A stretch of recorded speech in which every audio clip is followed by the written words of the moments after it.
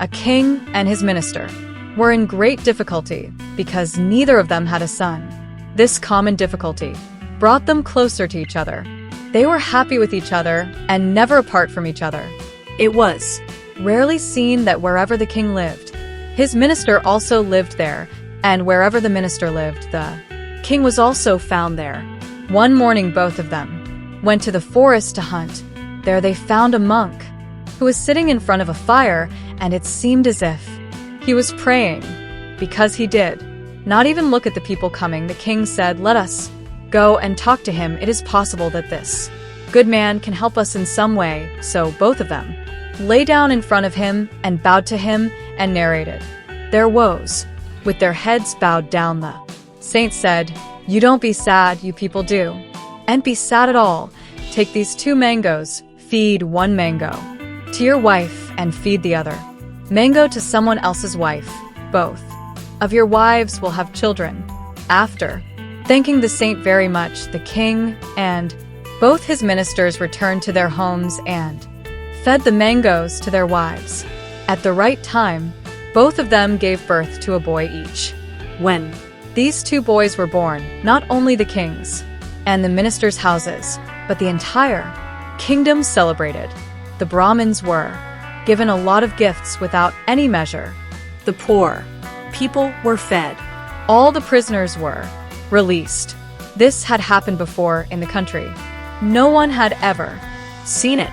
As might be expected, the children were taken special care of in both houses.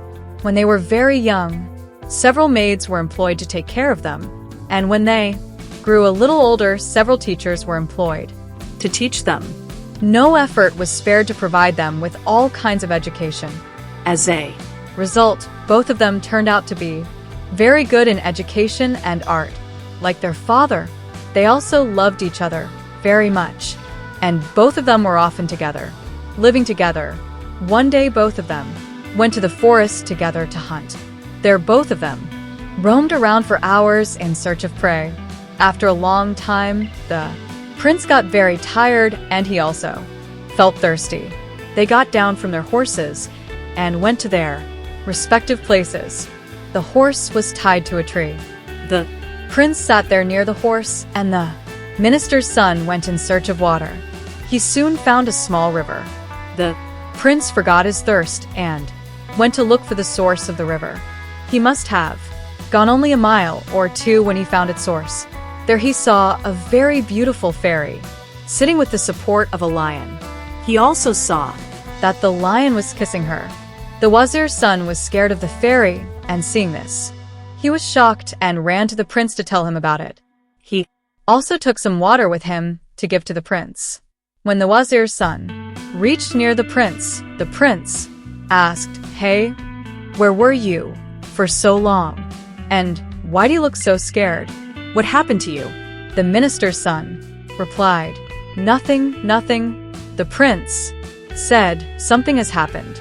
Your face is telling that something has definitely happened to you." Then the minister's son told him that he had seen a very beautiful girl. She was sitting on the lion, and the lion seemed very scared of her. Such was the magic of her beauty. The prince said, "I would also like to see such a girl. You take me to her." The minister's son agreed, and both of them went towards that girl. On reaching there, they saw that the lion was in the lap of that fairy. The minister's son said, "Don't be afraid, we will catch the girl in the meantime." While the lion is sleeping, both of them went closer to the girl. The minister's son lifted the lion's head and laid it down on the ground, while the prince caught the girl and took her with him and left from there. The minister's son remained there. When the lion woke up and did not see anyone else there except the minister's son, he asked, "Where did that fairy go?" The minister's son said, "My friend should bring her."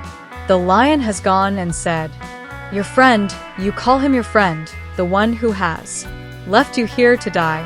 He is not your friend, he is your biggest enemy. No true friend will treat his friend the way he has treated you. Now let me tell you a story of true friends. Once upon a time, there were 3 friends.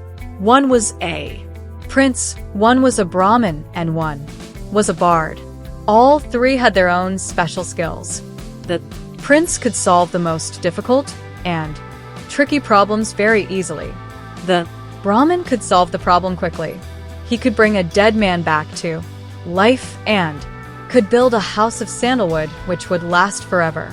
He could go anywhere as per his master's instructions. A Brahmin and his parents had some quarrel, so his parents threw him out of the house. In this time of trouble, he went to his 2 friends and told them everything. He told them his situation and asked them to go with him to some faraway country. The prince and the carpenter both agreed, and all 3 left that country and went somewhere else. They had not gone very far when the prince stopped for some reason, but the carpenter and the Brahmin moved ahead. They kept on walking. After some time, the prince started walking fast so that he could catch up with his friends, but unfortunately, he went on another path and could not find them. He kept on walking in the hope that he would find his friends. But when he went very far, when he went there and did not find them, he wondered why they were going so fast, that he was unable to catch them. Meanwhile, both the Brahmin and Badai were walking very slowly and were thinking that the prince would have caught them by now. Why couldn't he find them? They were going very slowly. At last, they gave up the hope of his coming, thinking that maybe he was missing his home, and went back home. While walking, the prince reached a very big field, in the middle of which stood a very big and magnificent palace. He thought, who lives here? Surely some powerful man must live here. I will go and find out. Thinking this, he went to the door of that palace. And when he knocked on the door, a very beautiful girl opened the door and asked him to come in with a very sweet voice. When he came in, she started crying. When the prince asked her the reason for her crying, she said, I am very impressed by your beauty and youth. I feel pity for you. You have unknowingly laughed in the face of your own death. Why did you not try to find out about this place before coming here? And you know that a demon lives here who has killed all the men within miles of you? He has eaten me, I regret. What should I tell you now? I am afraid that he will eat you as well. The prince said, No, don't be so hopeful. Be patient. Tell me something about him. Then maybe my life can be saved, the girl said, sobbing, but I don't know what I should do for your safety. Then she took him to the back room of the house and locked him in a big box kept there, and she said to her, Now you stay here quietly till I come here again. May God protect you. When the demon returned in the evening, his sharp sense of smell told him that there was someone present there somewhere. He asked the girl, Is there anyone else here besides you? There is another man. Who is he? Where is he? Tell me quickly, I am very hungry. The girl said, It seems you are not well today. No man has come here. Do you think that someone from all over the world will have the courage to come here? Hearing this, the demon became silent. The woman saw that her words had an effect on him, and her courage increased. She thought of joking with him, so she wanted to know something more about his life. She said, You tell me every day. You leave me alone in this house, and when you go, I don't know when you will return. Sometimes I think that maybe you will never return. Then I think, where will I go? What will I do for you? Because of this, people hate me. So I feel that someday they will kill me. You tell me, do I have no need to be afraid? The demon said, This, don't cry. You need not be afraid. I will never die. Then, pointing towards a very big pillar of that palace, he said, I cannot die until this pillar breaks. Who is there here who knows this? Next morning, the demon went out, and the girl went away. She freed the prince and told him everything about the night. The prince was very happy to hear all this and said, This is the right time to break this pillar and kill the demon. Saying this, he broke the pillar. He broke it by hitting it till it broke into hundreds of pieces. It seemed that every blow of the prince was falling directly on the demon. As soon as he hit the pillar, the demon screamed very loudly. The pillar broke and fell down, and the demon also died. The prince started living in that house with the beautiful girl. People from all over came to thank him for killing the demon. After that, peace and prosperity prevailed in that country. The nearby land started getting cultivated again. Villages started settling down, and people started living in the surrounding area. The laughter and music began to echo true happiness does. Not last forever, the girl used to hang her hair in front of a window of her house. She was combing her hair, and after combing, she kept the comb on the windowsill, and a crow came there and flew away with the comb and took it to a faraway sea and dropped it in the water there, and a big fish swallowed it. And this fish was caught by a fisherman by chance. He saw that the fish was very good, and he brought it to the king's palace for the king to eat. When the cook was cleaning the fish, he found a comb in its stomach. He found it very strange, so he took it to the king. When the king saw the comb, he expressed his desire to meet its owner. He sent his men in all directions to find the owner of the comb and promised to give him a huge reward. After some time, a woman was found who said that she knew the comb and promised to introduce the king to the owner of the comb. She met the prince's wife and soon became one of their family. Not only this, but she was also invited to stay in the house, which she readily accepted. She saw that as long as the prince was alive, she could not succeed in her work, so she poisoned the prince, and by bribing the doctor made his wife say that he had died a natural death. The prince's wife was very sad on the prince's death and cried a lot. When she was sad, people thought that she would die, but she did not leave his body. She locked it in a strong box and kept it in her special room. She had often heard from her husband about his two friends. What were they doing? She had a hope that one day she would definitely meet them and get her husband back alive. As soon as the woman got a chance, she asked the girl to leave her house and live with her, saying that she would find a lot of happiness there. She was worried that if she could stay away from there for a few days, she would get some peace. The girl agreed and went with him. On reaching her home, the woman informed the king that she had succeeded in her objective. The king came there and he forcefully took the girl to his palace and requested her to live with him as his queen.